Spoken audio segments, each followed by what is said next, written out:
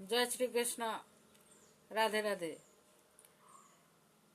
সে মহারাজের সারথি অধিরথ বললেন যে হয়তো পুত্রটি আমার নয়, তার জন্য তাকে মানুষ করবার জন্য আমাকে অনেক কিছু ত্যাগ করতে হবে।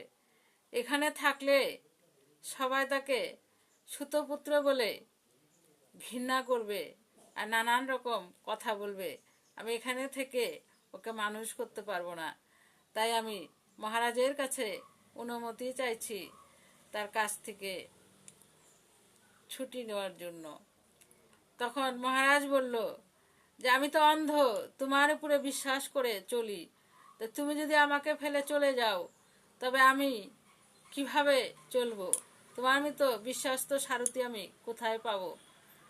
তখন অধিরথ বলল, আমি সঙ্গে করে একজন সারথিকে নিয়ে এসছি।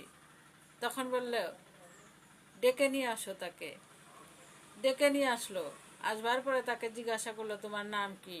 তখন বললো, আমার নাম সঞ্জয়। তখন সেই সঞ্জয়কে অনেক রকম প্রশ্ন করলো মহারাজ, একটা মহারাজের জন্য কি কি করা উচিত। তখন বলল যে একটা মহারাজকে নিজের জীবনের থেকে বেশি ভালোবাসা উচিত, নিজে মরে হলেও তাকে বাঁচানো উচিত। নানা রকম প্রশ্ন করে সেই সঞ্জয়কে সারথি করলেন ধৃতরাষ্ট্র। জয় শ্রীকৃষ্ণ। রাধে রাধে।